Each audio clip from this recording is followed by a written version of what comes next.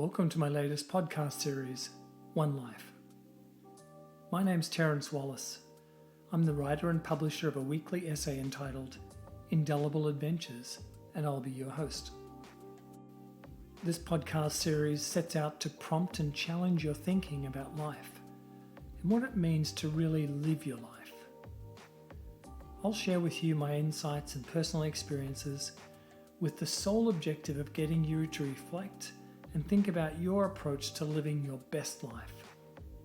So let's get started. This week's episode is entitled Simple Things. I'm thoroughly convinced that it's the simple things in life that are best. Simplicity for me personally means aligning my personal values and ensuring that I'm true to these and living them every day. I guess the one that really springs to mind first is keeping promises. It sounds so simple, but living up to your own values and doing something as simple as keeping your promises, for many can be a challenge.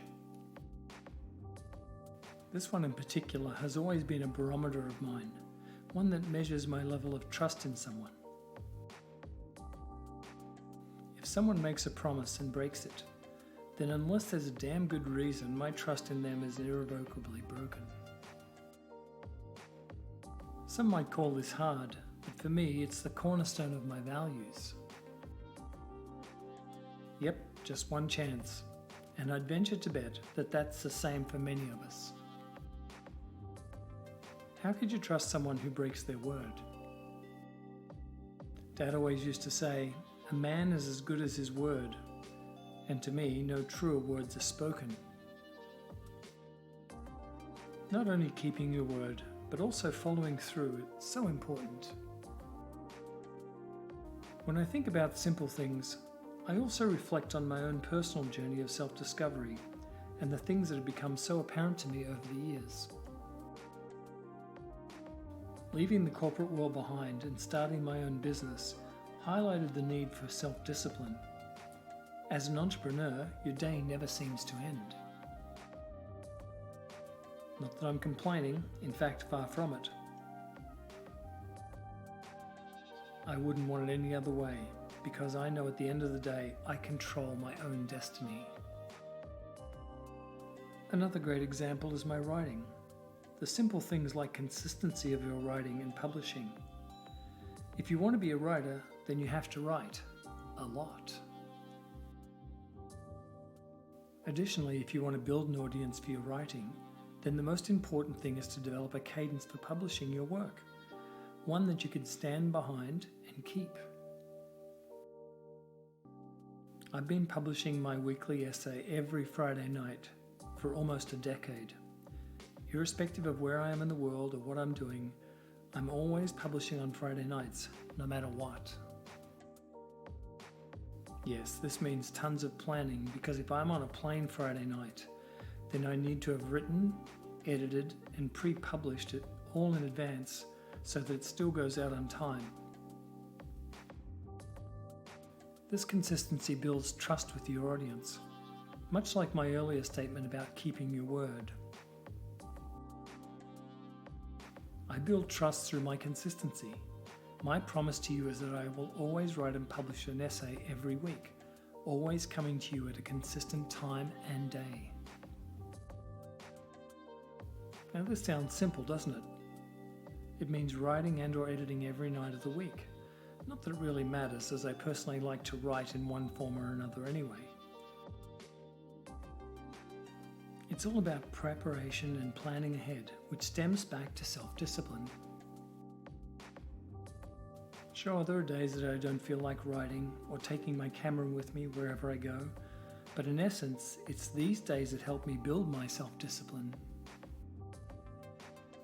Trust me, it's okay to take a break and recharge your batteries, but it's equally important to drive your own personal promises and deliver consistently. I find it fascinating that all roads lead back to the simple things in life. Now clearly you don't have to be a writer, an entrepreneur, or anything other than yourself to be committed to something that you value. I often talk to people about their dreams, but few are able to articulate what success would look like or how they might make that come true. I speak from experience when I say that achieving your goals can elicit the most satisfying of feelings, especially when you put in the hard work and persevere to make it happen by yourself. There's a big difference in saying that I'd like to do or achieve something in my life, but then quite another to etch it into the fabric of your very being and live it, day in, day out, until you make it happen. One tactic I use is to put my goals out there and tell others, before then going out and making it come to life. It makes me feel obligated. It puts me on the spot. It makes me and holds me accountable to what I've told people I'm going to do. It's a little like exercising your muscles. The more you do it, goal setting, the better you get at achieving them. Some might call me driven, others might call me crazy. Probably a little of both is about accurate. Another simple thing I use in my life are routines. A routine like waking up at 6 a.m. every morning, no matter what day of the week it is. This gives me the opportunity to have an hour or two of complete peace and quiet. Time to think, time to reflect and meditate, and more importantly, align with all the things that I need to do for the remainder of the day. So let's review the simple things that I talked about today. The first, aligning on values.